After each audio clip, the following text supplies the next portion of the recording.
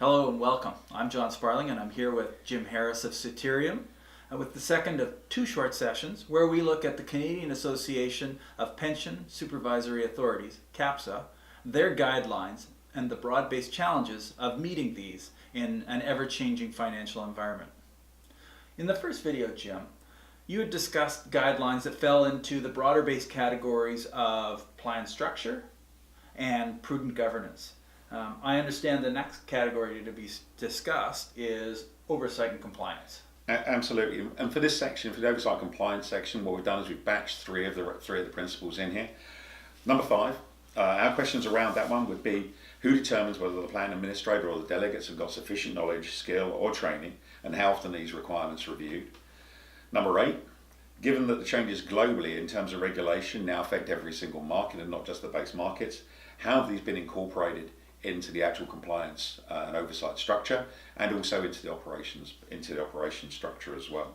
And then finally, number 9, with regards to the communication processes, how have these methods been amended to include a variety of forms to ensure that all members are informed of the same changes at the same time, and who are other stakeholders in the great scheme of things? How often does a review of the members, associates, and other stakeholders take place to ensure that everybody's in line? So that just leaves us with the remaining CAPSA guidelines number 4 and number 7, which generally fall under the banner of operations. Yeah, we've batched those two under operations. For number 4, I think our questions around that are: when was the last time that the review of the participants took place? What basis did that review take place, and what were the criteria amended from the previous review to include changes in the global market? And which performance benchmarks were reviewed? Planned funding, performance of the fund versus the market, or another benchmark? Would you consider doing an external review? Absolutely. I think if you're looking at outsourced relationships, were they included in that review?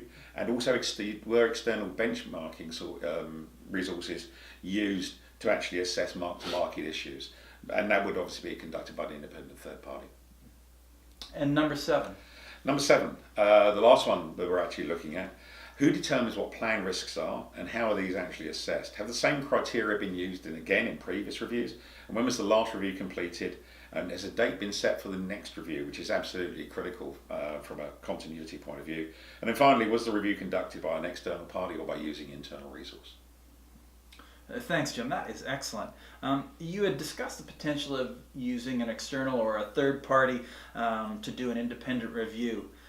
Certainly part of the core offering of Soterium is to facilitate these reviews, to ensure that your organization is on track. To discuss further, or if you have any questions or comments on these videos, please don't hesitate to reach out to us at inquiries@soterium.ca. Thank you.